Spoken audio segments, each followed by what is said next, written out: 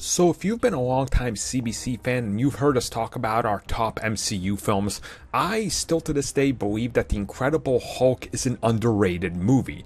I mean, you gotta think about the time that movie came out. It followed a genuinely hated Incredible Hulk movie, or should I just say the Hulk, and this was the first time we actually saw the Hulk kind of look good on the big screen. Like, the last one looked like Shrek on steroids, more or less, and ever since then, this was the early days of the superhero rebirth that came with The Dark Knight and Iron Man in 2008, so The Incredible Hulk kind of got swept under the rug, but when you look at it, at its core, it's a very comic book movie, and there's a big reason behind that. It's because they chose to make him fight the Abomination, who was of course played by Tim Roth. Now, this film specifically has a weird history with the MCU.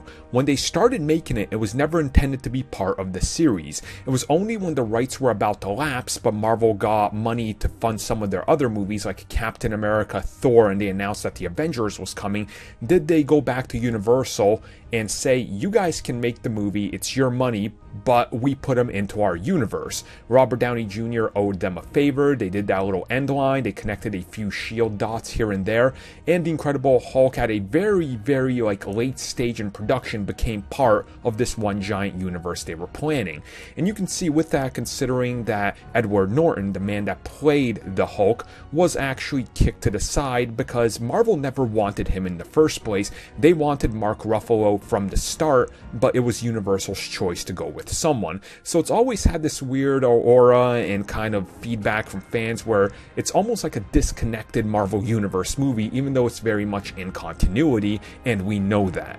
But recently, Tim Roth, the man that played the Abomination, was asked about the future of the character in the MCU, and he says, and I quote, "I don't think Marvel will ever use me again, but it would be fun."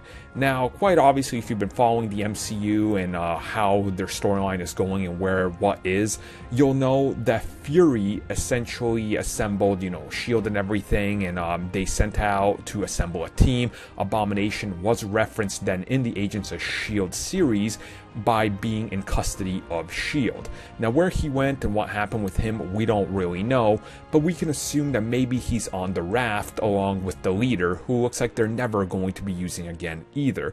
So it does sound like, he's probably been let go of his contract, which typically these Hollywood contracts have a 7-year turnaround. So if you don't use someone by that 7 years is up, they're free to let go of this role. And we've already seen this happen with the Fantastic Four, considering they had someone right from that series reappear in the 2015 Fantastic Four, I think it was. It doesn't matter, I don't want to get ranting about that, but it does sound like Abomination is more or less done in the MCU, which is unfortunate because I really like the villain, because he pretty much brought us one of the most comic book fights ever at a time where people really weren't expecting that. So hopefully, I'll keep my fingers crossed we'd see him somewhere down the road, but it doesn't sound like it.